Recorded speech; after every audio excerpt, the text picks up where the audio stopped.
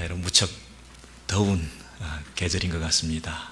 이럴 때 몸도 마음도 노곤해지고 나른해져서 아유 참 만사가 다 귀찮다.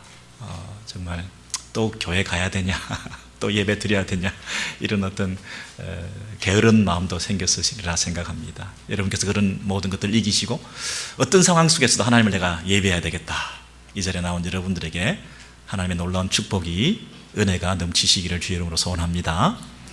여러분, 관계적인 문제, 경제적인 문제, 또 건강상의 문제, 또 살아오시면서 병들고 나이가 드시면서 몸도 마음대로 말을 듣지 않고 하는 이런 여러 가지 복잡한 상황 속에서 하나님 앞에 나와서 예배한다는 것은 쉬운 일이 아닙니다. 왜냐하면 뭐 한 가지만 걸려도 마음속에 내가 조그만 상처가 되는 일이 있어도, 조금 자존심이 상하는 일이 있어도, 조금 몸에 조금 아픈 통증이 한쪽에 우리우리하게 남아있기만 해도, 아니 누군가의 관계 속에서 조금 그리낀 그런 어려움이 있기만 해도 우리가 몸도 마음도 영향을 받게 됩니다.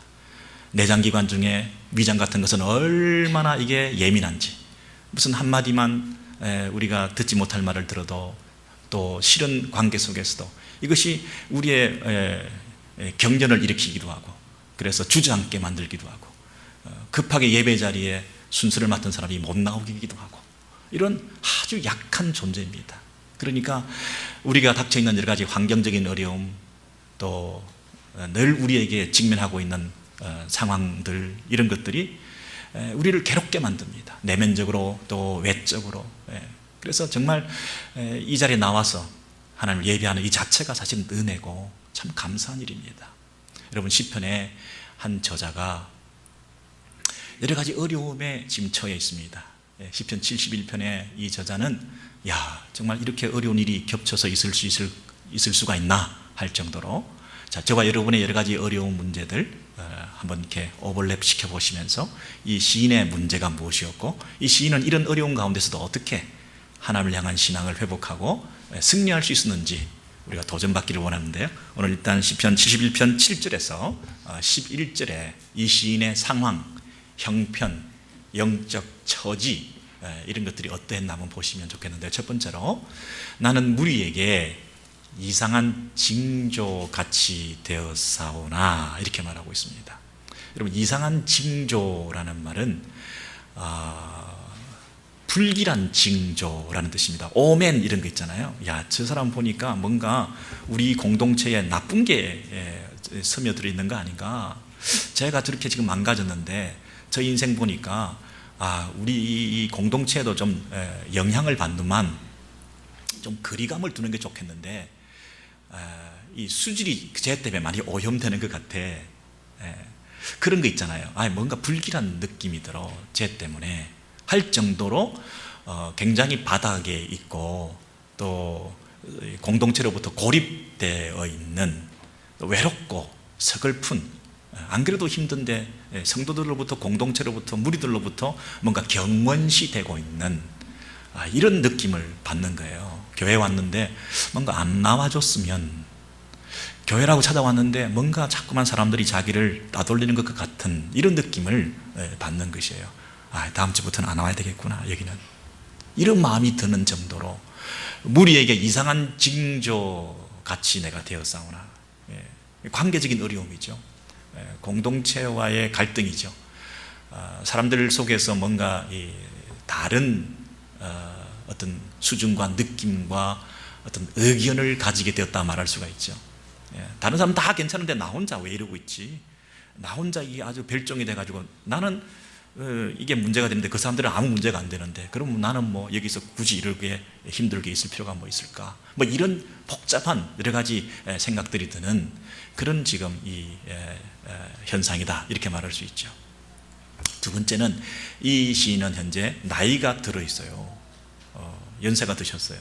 늙었을 때에 나를 버리지 마시고. 이런 늙음이라고 하는 것은 필연적으로 따라오는 게 뭐냐면 기력이 쇠하는 거죠. 힘이 약해집니다. 예전 같지가 않습니다. 팔팔할 때 생각하면 지금 너무나 초라하고 정말 살기가 싫어질 정도로 스스로에게 대해서 싫은 그런 느낌이 들고, 나이가 들고. 그러니까 나이가 들면 사람들이 떠나지 않습니까? 효용성이라고 하는 것이 이 시대의 하나의 모토인데요. 필요가 없는데 사람들이 붙어 있을 리가 없잖아요. 여러분, 사람들이 자기를 찾는 이유는 뭔가 필요하니까 찾는 거잖아요. 근데 필요가 없게 되는 이유 중에 한 가지가 늙음이라고 하는 팩터가 굉장히 크거든요. 힘이 없고 경제력이 없고 또 위로의 기술도 부족하고 또 섬기는 모습도 부족하고 자꾸만 나이가 들면 노파심도 많아지고 노욕도 생기고 사람들로부터 거리감이 자꾸 생기게 되고 사람들로부터 이 관심을 받을 수가 없죠. 여러분, 관심이라고 하는 게 참 중요한데요.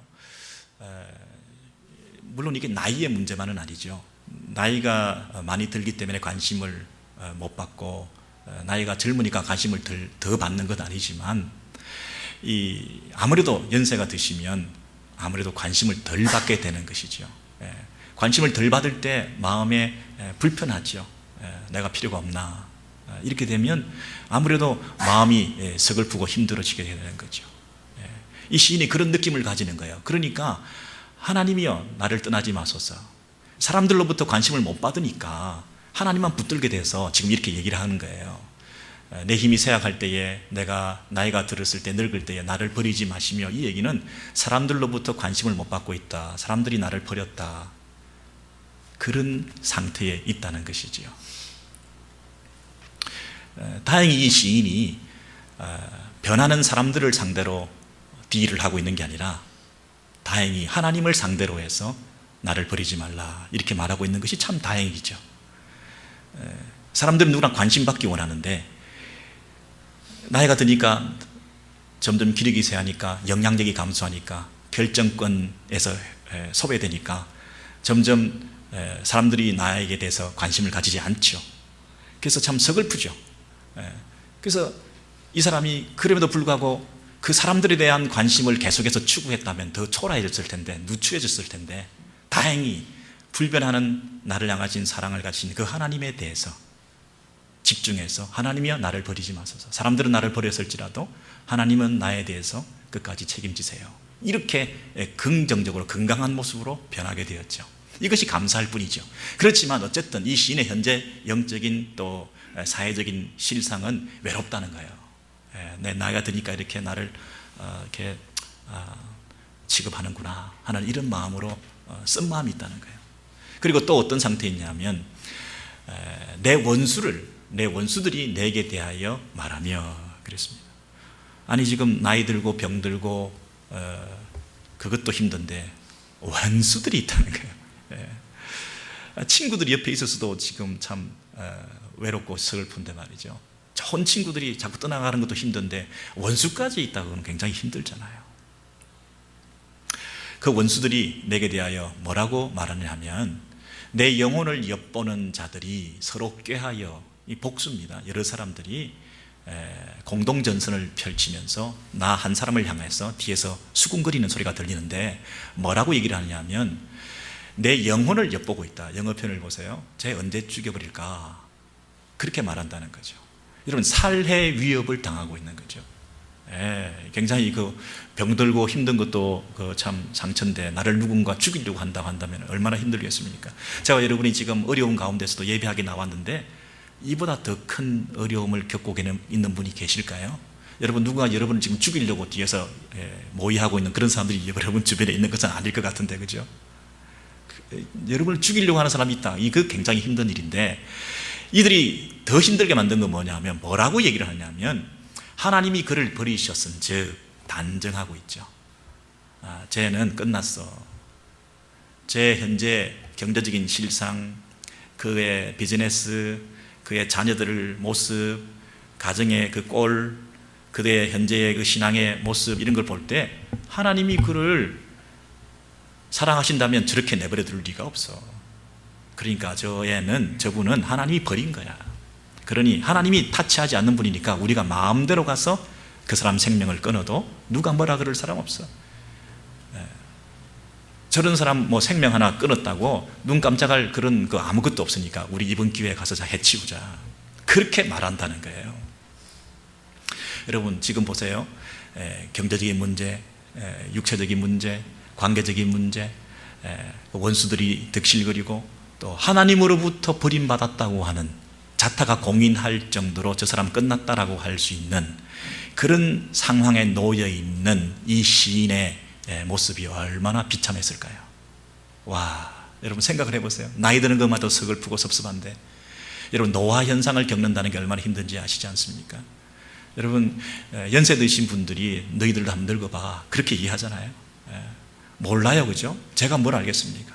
근데 점점 그런 일을 겪어가면서 섭섭함과 상처가 있고 힘들어지고 내가 힘이 빠지고 영향력은 감소되고 사람들은 나를 버리고 떠나고 은근히 나를 경원시하고 이런 것만 해도 서글픈데 원수들이 나를 죽이려고 하고 있고 하나님이 나를 버렸다고 하는 이런 느낌 속에서 이 신앙인이 과연 그 속에 있는 신앙이 작동할까요? 그냥 우리는 두 손 두 발 다 내려놓고 포기하지 않을까요? 자포자기하지 않을까요? 여러분 우리가 뭐 조그만한 일이 있어도 하나님을 향해서 예배하는 거 이번은 못하겠어. 내가 충성하고 헌신하고 작정하고 다 다짐해놓고도 뭐 어떤 상황이 겹치면 어떤 문제가 겹치면 내 마음이 내키지 않으면 뭐 조금 이 자존심이 상하면 조금 기분이 언짢으면 그냥 다 유보해버리고 나 못해 다음에 언제 그러냐는 듯이 이러는 게 인간인데요. 저 역시 마찬가지인데 이 시인이 이런 일을 당하고도 과연 하나님을 향한 그 스테디한 믿음을 계속 견지해 나갈 수 있을까요?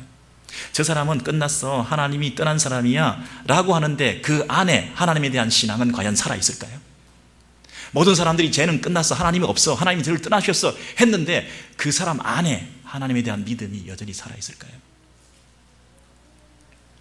여러분 놀랍게 이 시인이 그 다음에 어떻게 고백을 하는지 한번 보시면 좋겠는데요.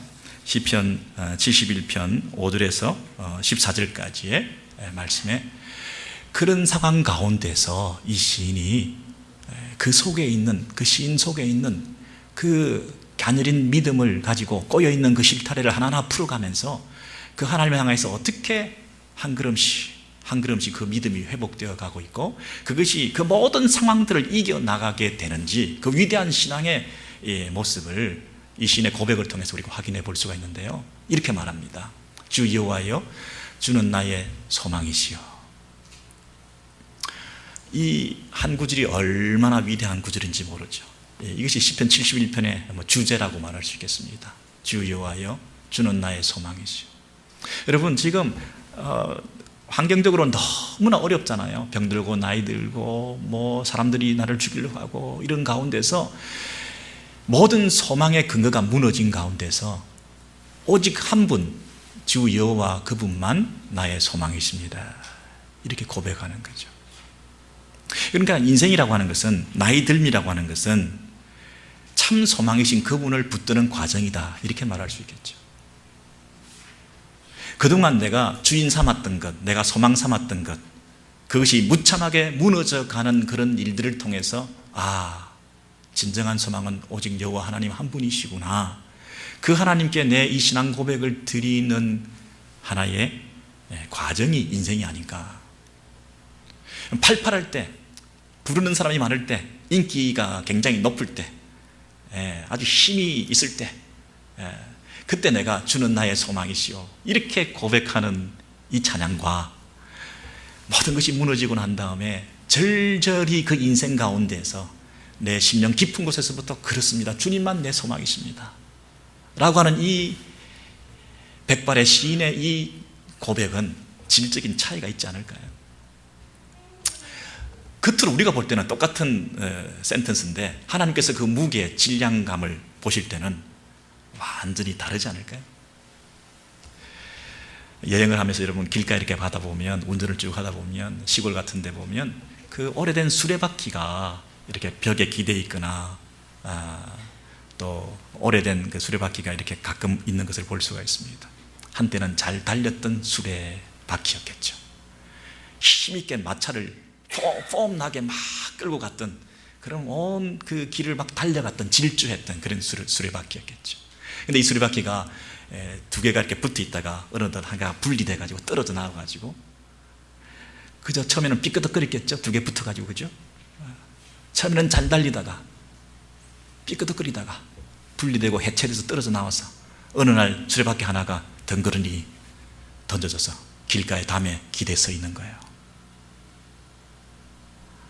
우리 인생이 잘 달릴 때가 있었거든요. 아주 잘 나갈 때가 있었거든요. 그런데 그 끝난 것 같은 수레바퀴 짝 하나가 관계에서 분리되고 부부로부터 분리되고 공동체로부터 분리돼서 삐끄덕거리다가 혼자서 저렇게 던져져 있는 담에 비스듬히 기대어 있는 저 속에서 그 수레바퀴가 하는 고백이 뭐냐면 주님만 나의 소망이시군요. 내가 담에 기대어 있는 이 담이 우리 주님이시군요. 내가 기댈 수 있는 이 상황 속에 이 무너져가고 떨어져 나가고 다 낡아서 이제는 썩어져가는 이 수레바퀴가 되어서 이제 이 쓸모없는 이 인생을 안아주신 분은 역시 하나님 한 분 우리 주님밖에 없으시군요. 내가 기댈 때, 내가 힘들 때, 내가 병들었을 때, 늙었을 때, 내가 쇠약했을 때, 내가 스스로 달릴 수 없을 때 나를 붙들고 계시는 분은 우리 하나님이시군요 라고 하는 고백이 오늘 이 시인의 고백과 같다는 것이죠. 여러분, 이 시인이 그 이어서 계속 뭐라고 얘기를 하냐면요, 내가 어릴 때부터 신뢰한 분이시다. 내가 모태에서부터 주를 의지하였다. 나의 어머니의 배에서부터 주께서 나를 택하셨다. 나는 항상 주를 찬송하겠다.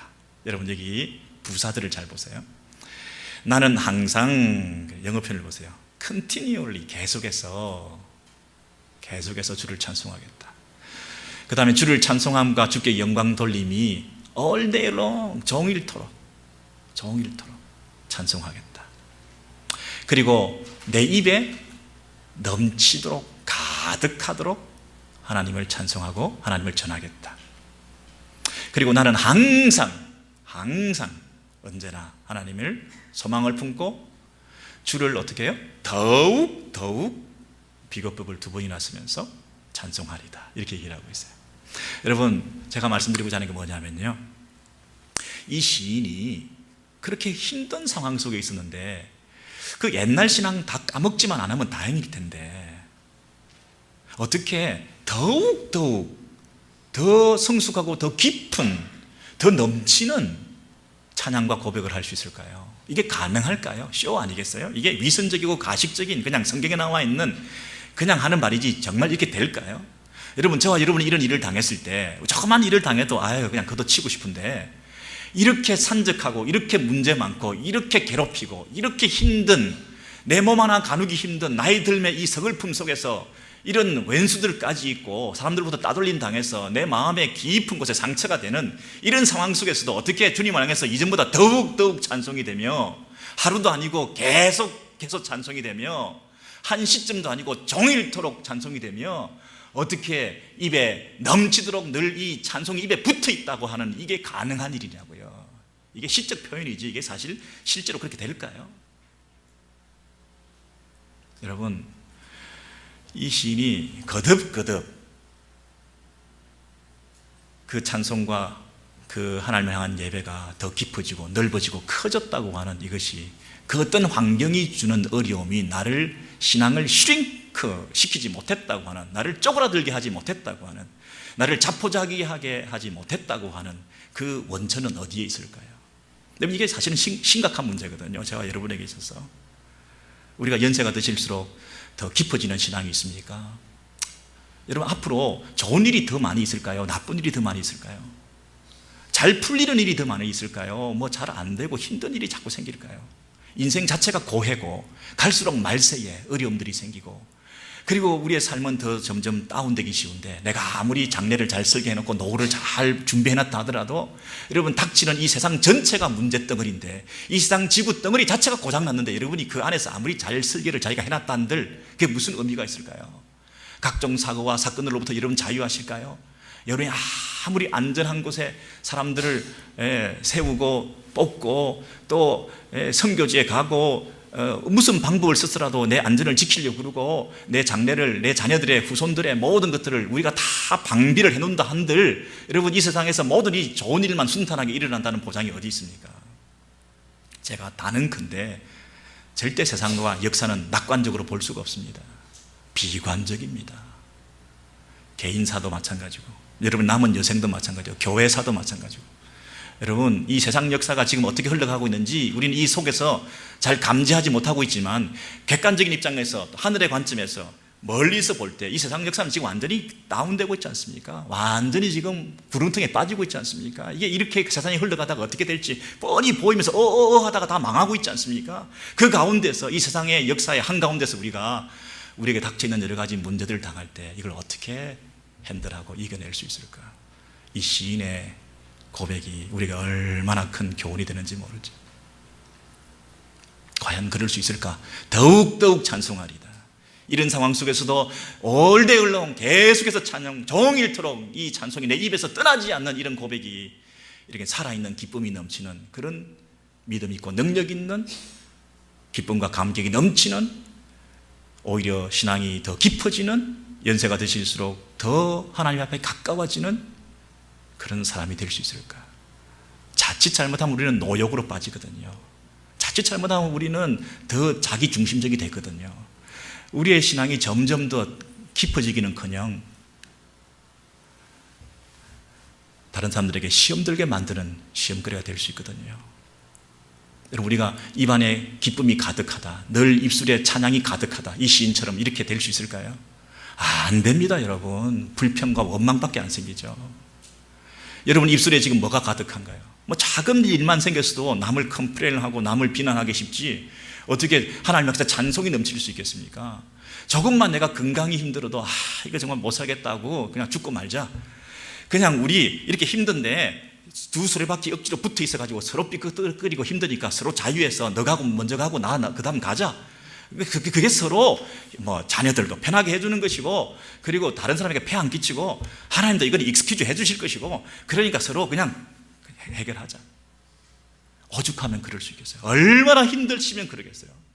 충분히 이해가 되잖아요. 이해가 되잖아요. 여러분, 정말 고고하게 살아오셨던 분들 중에서, 정말 남에게 패키치기 싫어하는 정말 성숙한 분들 중에서 마지막에 너무나 힘들어지면 이게 스스로 해결해야 될 만큼 그렇게 너무나 힘들었기 때문에 그런 분들도 계시잖아요.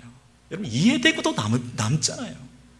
그분들이 뭐 신앙이 없습니까? 그분들이 뭐 예수를 안 믿습니까? 여러분보다 더 성숙하고 깊은 신앙을 가진 사람들 중에서 그 부분에서 이것이 해답이다라고 결론 내리는 분들도 왜 없겠습니까? 저 자신도 그런 마음이 드는데요. 정말 이러다가는 점점 더 힘들어져 가지고 만약에 이런 극단적인 상황까지 가면 우리 해체하자. 수레바퀴 억지로 붙어 있지 말자.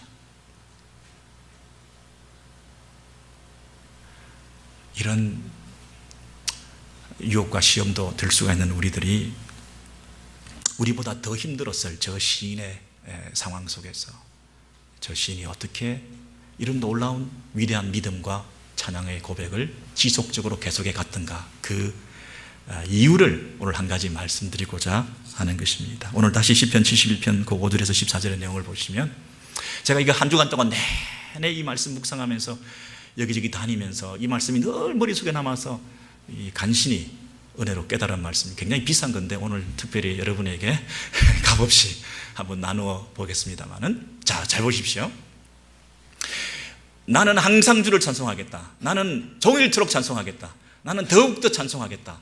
이렇게 하게 된 이유가 뭐라고 되어 있습니까? 그 앞에 내가 어릴 때부터 신뢰한 하나님, 내가 모태에서부터 주를 의지하였다. 나의 어머니의 뱃속에서부터 주께서 나를 택하셨다. 택하셨사오니 나는 항상, 나는 종일토록, 나는 더욱더, 이렇게 연결되어 있잖아요. 그렇잖아요? 그러니까 그 앞에 부분, 모태에서부터, 어머니 뱃속에서부터, 어릴 때부터 내가 주님을 알았다 하는 그 사실이 이 시인의 위대한 신앙의 파운데이션이 된다는 거예요. 기초가 된다는 거예요. 자, 그러면 어떻게 그것이 가능한가? 여러분, 우리가 어릴 때 주님을 의지했다, 그렇게 얘기했는데, 내가 모태에서부터 주를 의지했다, 이렇게 얘기했는데, 우리가 어릴 때 주님을 의지했던 기억이 있으신가요? 여러분, 몇 살 때까지 기억나시나요? 여러분 20세 때 기억나시죠? 10살 때 기억나시죠? 여러분 기억력을 이렇게 더듬어 가면 몇 세 때까지 기억나시나요? 여러분 돌 사진 찍을 때 그거 기억나시나요? 기억 안 나실 거예요. 3세 정도까지 기억난대요. 아주 탁월한 분은 이제 무슨 충격적인 경험을 했던 분은 한두 살 때가 기억날 수도 있대요. 여러분 한국의 목욕탕 그 남자아이가 여탕에 들어가는 게 몇 살까지인 줄 아세요? 공중위생법에 의해서 만 5세까지예요. 만 5세 이상 되는 아이가 들어가면 업주가 300만 원 과태료 내게 돼 있어요. 그거 막 6살, 7살 되는 애들 막 데리고 가는데 곤란해요, 사실은. 왜냐하면 기억에 남고 많이 이렇게 인지 능력이 있기 때문에. 여러분 그 말은 4살, 5살 때까지는 뭘 모른다, 아무것도 모른다는 거거든요. 기억도 잘 안 난다는 거거든요. 그러니까 1살, 2살 때 기억 안 나요. 근데 뱃속에서는요. 뱃속에서는. 여러분 뱃속에 있을 때 여기가 우리 어머니 뱃속이구나 기억나세요? 기억 안 나시잖아요. 여러분 어머니가 내 뱃속에서 나를 품고 있을 때 아이는 모르지만 어머니는 아시죠? 얘가 움직이는구만 알잖아요. 아이가 뱃속에 있을 때 그 어머니를 인지하지 못하지만 어머니는 그 아이를 알아요. 아이가 지금 내가 노태에서부터 주를 의지했다 그랬는데 그 아이가 아무리 영적으로 조숙해도 뱃속에서 하나님을 알았을까요? 모르죠. 어머니도 모르는데 어떻게 하나님을 알겠어요? 그러나 어머니가 그 아이를 알았던 것처럼 그를 지으시고 조성하신 하나님은 그 아이를 알았다는 거예요. 모태신앙에 대한 개념을 다시 한번 정리할 필요가 있어요. 흔히는 저도 모태신앙인이라고 흔히 얘기하지만 몇 대째 모태신앙입니다 그렇게 얘기를 하지만 그 어머니가 신자인가 아닌가, 어머니의 신자 여부가 그 뱃속에 있는 아이가 모태신앙인인가 아닌가를 결정하잖아요. 흔히들 말할 때 나는 어머니 뱃속에서부터 믿었어. 근데 어머니의 신앙이 내가 모태신앙이 되고 신앙을 가지게 하는데 어떤 긍정적인 작용을 한 게 있나요? 저는 없다고 봐요. 그렇다면 이 성경에서 말하는 모태신앙은 뭐냐? 우리가 20살 때 예수를 믿어도 돌이켜 생각해 보니까 나를 어머니 뱃속에서부터 하나님이 아셨구나 라고 믿는 것이 모태신앙이에요. 여러분 20살 때 예수를 믿었는데 그러면 하나님께서 그때 20살 때 처음 나를 아셨나요? 하나님이? 아니죠. 내가 어머니 뱃속에 있을 때부터 하나님은 나를 아셨던 거죠. 그것을 깨닫는 것이 모태신앙인이에요. 이 성경적인 근거로 의하면 적어도 내가 가진 존재의 기원, 그것이 모태로 표현되는 거예요. 지금 내가 인지하지 못하고 자각 능력이 없었던 그 상황 속에서도 하나님은 나를 아셨다라고 하는 것이 모태신앙인의 신앙이라는 거예요. 내가 지금 몇 살이지만 내 존재의 근원, 내가 나를 알지 못했던 그때도 하나님은 나를 아셨구나. 그것이 모태에 있을 때도 하나님이 나를 아셨구나. 나는 어머니를 몰랐지만 어머니가 나를 아셨던 것처럼 내가 그 뱃속에서 우리 주님을 의지하지 못했지만 주님이 나를 아셨던 것처럼. 그래서 지나고 보니까 내가 뱃속에서부터 주님을 의지한 것이구나. 뱃속에서부터 주님은 나를 아셨던 것이구나. 이렇게 고백하게 되는 것이 모태신앙이라는 거예요. 그렇구나. 여러분 우리가 심지어 어머니가 믿었던 그 신앙조차도 내 신앙의 어떤 근거가 될 수가 없어요. 오로지 전적으로 모든 것이 하나님으로 말미암아 내가 기원되었다 하는 것이죠. 여러분 지금 우리가 백발이 되었어요. 백발이 되었어요. 염색하신 분들 많이 계시잖아요. 백발이 되셨어요. 기력이 점점 쇠해가고 있어요. 그리고 정신도 많이 오락가락 하시죠. 기억력이 얼마나 감퇴된지 몰라요. 그리고 어떤 병을 알아서 한 말 또 하고 옛날 일을 기억 못하고 사람들로 하여금 불길한 징조인 것처럼 느껴질 때도 있어요. 쟤는 왜 또 왔니? 그냥 집에 있지. 여러 사람 피해주는데 이거 수지를 오염시키는구만. 우리 공동체에 저렇게 핸디캡이 있고 또 손이 많이 가고 여러 번 설명해야 되고 햇말 또 하는 저 말 또 받아줘야 되고 불편하고 성가시고 귀찮고 저런 분이 자꾸만 이렇게 와서 새신자들이 올 때 오히려 방해가 되지 않을까, 이상한 징조처럼 불길한 전조처럼 여겨지는 그런 내 꼴이 된다 할지라도, 여러분 모태에서 내가 의식하지 못하고 내가 인지하지 못했던 아무것도 기억나지 않는 그 상황 속에서도 하나님이 나를 아셨구나. 내가 지금 백발이 되어서 정신이 오락가락하고 내 기억력이 감퇴돼서 자꾸만 잊어버리고 내 스스로가 싫어지고 있는 이런 상황 속에서도, 아니 앞으로 정신을 잃어가지고 내가 젊었을 때 믿었던 그 예수를 부인하고 하나님 없다 그러고 내가 기독교인 아니라고 얘기하는 그런 상황이 벌어진다 할지라도 하나님은 나를 아신다는 거죠. 그때도 주님은 나의 주가 되신다는 거죠. 내 기억력에 근거한 주님이 아니라 나를 결코 망각하지 않으시는 그분의 신실함에 근거해서 내가 주님을 찬양한다는 거죠. 내가 종일토록, 생각만 해도 내가 지금 이 꼴을 해가지고는, 내가 이 모습을 해가지고는 이 노약하고 이 정신없고 이 모든 것을 잃어버리고 경제력도 없고 영향력도 없고 아무것도 내세울 것도 없는 미국 땅까지 와가지고 완전히 실패한, 완전히 파산한 이런 지경에서 내가 찬양도 안 되고 고백도 안 되고 헌신도 안 되고 그저 숨어 지내고 싶은 이런 부족하고 못난 인생이 되어 있는 것 같아도, 그럼에도 불구하고 하나님은 나를 아신다는 거죠. 왜? 모태에서부터 나를 아셨으니까. 모태에서 조직이 형성되고 몸이 허물허물하고 인간도 아닌 것이 그래서 초음파에 허물허물하고 생긴 그 상태에서도 하나님 나를 아셨는데, 내가 지금 몸이 허물허물하고 내가 육신이 쇠하고 내가 정신이 없어지고 그런다 할지라도 하나님 나를 아신다는 거죠. 그분의 신실함에 근거해서 그렇구나, 모태에서 백발까지, 아니 백발에서 영혼까지 그분의 주권에 대한 신앙이 있을 때 내 입에서 찬양이 끊이지 않는 거죠. 쉴 수가 없는 거죠. 이 찬양이 너무나 감격스러운 거죠. 이게 일시적으로 그냥 하다가 말 찬양이 아니죠. 만입이 다 내게 있어도 그 입 다 가지고 찬양할 수밖에 없는 감격이 넘치는 거죠. 왜? 나에게 베푸신 은혜가 이렇게 놀라운 것을 깨달았으니까. 난 백발이야, 나는 소외되었어, 나는 버림받았어, 배신당했어, 사람들이 나를 버렸어, 사람들이 나를 안 나왔으면 해, 이런 마음이 든다 할지라도 하나님 나를 아시잖아요. 이런 모태에서 이 세상이 있을 줄 알았습니까? 어머니 뱃속에 있을 때 캄캄하고 침침한 그곳에서 겨우 간신히 생명을 유지하고 살아가던 그 인생이 이렇게 광명한 세상에 나와서 이렇게 이 땅을 누릴 수 있는 그런 생각이나 상상이나 했겠습니까? 은혜로 이 세상이 선물로 주어진 거죠, 그 아이에게.